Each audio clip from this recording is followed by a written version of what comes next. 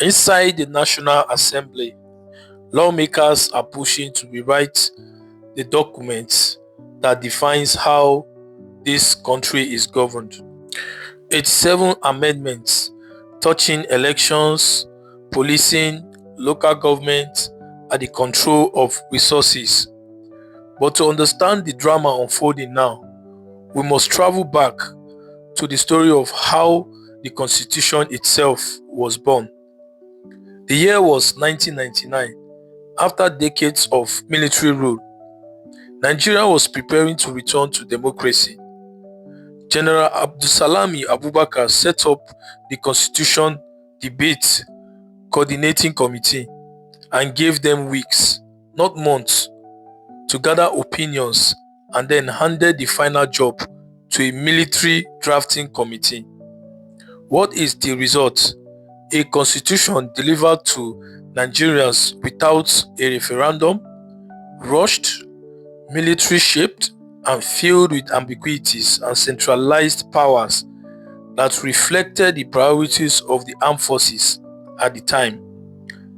Since then, the 1999 Constitution has been criticized by Nigerians as overly centralized, outdated, not reflective of true federalism, and not truly the people's constitution.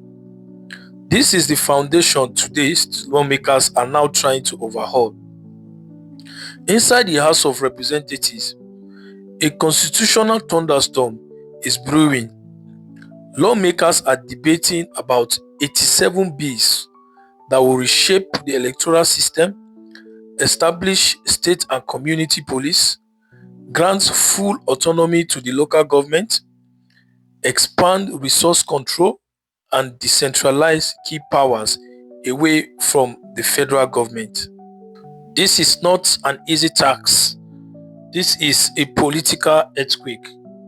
For any of these 87 amendments to survive, they must pass through one of the toughest processes in Nigerian law.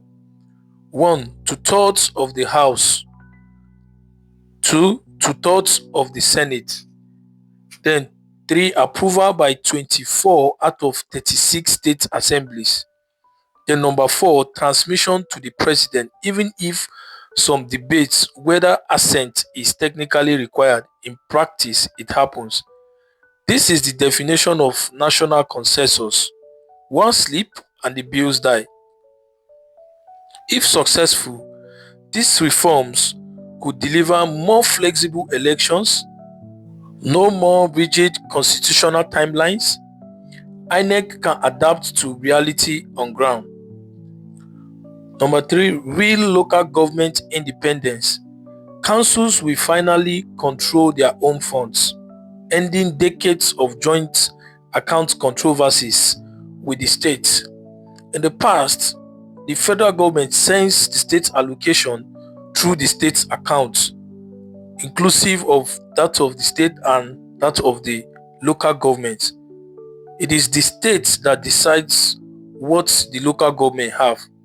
But with this reform now, the local government can have its own direct access to the federal government and fund itself without depending on the state government. Another benefit of the reform is that state police security becomes local, faster, and more responsive.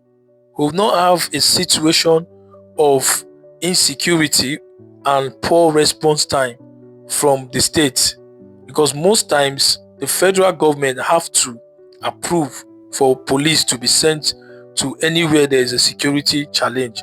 So with this reform, it gives the state the power to coordinate their own security architecture, and that will help in response to crimes within the state. So with true federalism, the state gains more power, more responsibility, and more accountability. This is the Nigeria many have demanded for years. But make no mistake, rewriting 87 articles of the Constitution is not just a legislative exercise. It is a battle for power, a battle between central authority and true federalism between the old Nigeria and the new Nigeria many dreamt about. As the lawmakers debate, the question echoes across the nation is, will this be the moment Nigeria will finally begin the long-awaited restructuring, or will the old forces of resistance kill the dream once again? In March 2014, former President Goodluck Ebele Jonathan tried to restructure how Nigeria is governed and set up a confab committee to discuss for 18 months to come up with solutions. The conference opened in Abuja. 492 delegates were carefully selected from every part of Nigeria: traditional rulers, elder statesmen, youth representatives, civil society groups, women leaders, retired generals, academics, professionals, religious bodies. This was not just a political gathering, it was a gathering of Nigeria's soul. Jonathan gave them one task, and the task is redesign the Nigerian Federation. And for a moment, just a moment, it seemed possible. Almost immediately, tensions erupted inside the hall. Some northern delegates feared losing control of federal power, losing oil revenue, losing political dominance, while some southern delegates demanded resource control, state police, and fiscal federalism. They also demanded the devolution of powers. The battle lines were drawn. Each region fought for its own interest. Debates grew heated. Voices rose. At certain points, the hall felt like a battlefield.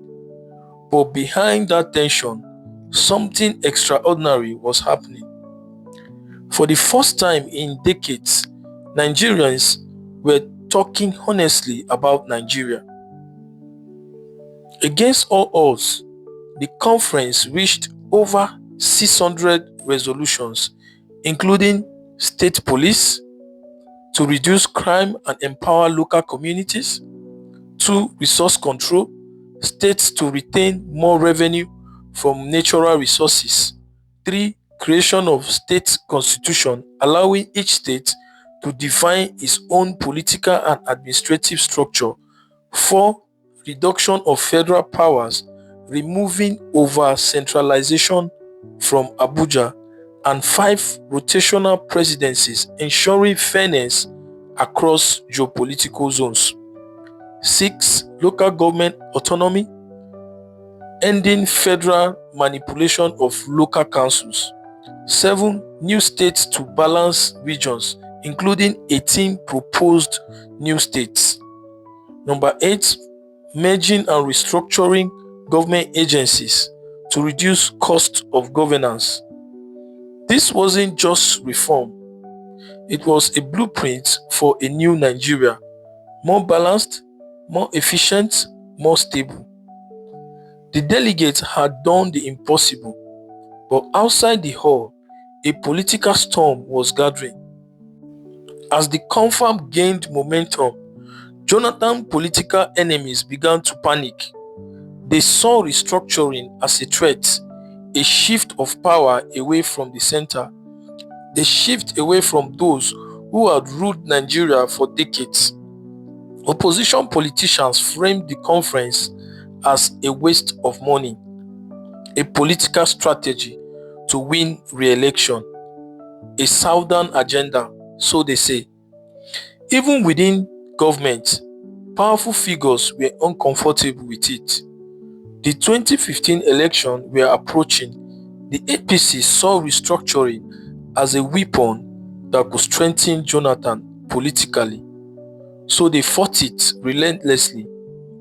When Jonathan lost the 2015 election, the confab report lost its original protector. When Muhammadu Buhari came into office, He made his position clear, and I quote, "I have not read the National Conference report, and I don't intend to," unquote.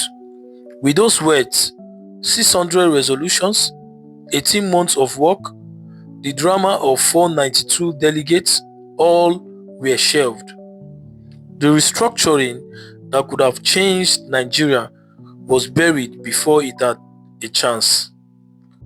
President Bola Ahmed Tinubu, for 15 years now, has been a strong advocate of restructuring Nigeria and true federalism. Tinubu's public statements suggest he sees restructuring as incremental, negotiated, non-confrontational, practical, and not emotional. For example, he prefers states taking more responsibilities gradually. He supports devolution of powers through amendments, not total overhaul. He emphasizes economic restructuring first before political restructuring. His mindset is that restructuring must be strategic, not rushed, in order to avoid destabilizing Nigeria. Tinubu's core focus is economic restructuring before political restructuring. Tinubu believes Nigeria's core problem is centralized economic power, not just political imbalance. His economic federalism ideas include states generating and controlling more internally generated revenue, states managing their own mineral resources, privatization of certain federal functions, decentralized energy markets. His mindset has always been that he, you give states the power to create wealth first. Political restructuring will follow suit. It's also important to note that Tinubu has never outrightly rejected the 2014 report, but he has never embraced it either. Why? Because many northern political actors still oppose the convert resolutions. So Tinubu's approach to restructuring is slow, step-by-step restructuring based on economic empowerment, avoiding regional backlash and maintaining political stability while adjusting Nigeria's federal structure. What do you think of all this? Please comment in the comment section. Let's have a conversation about it. Don't forget to like, subscribe. This is Impact Media. Thank you.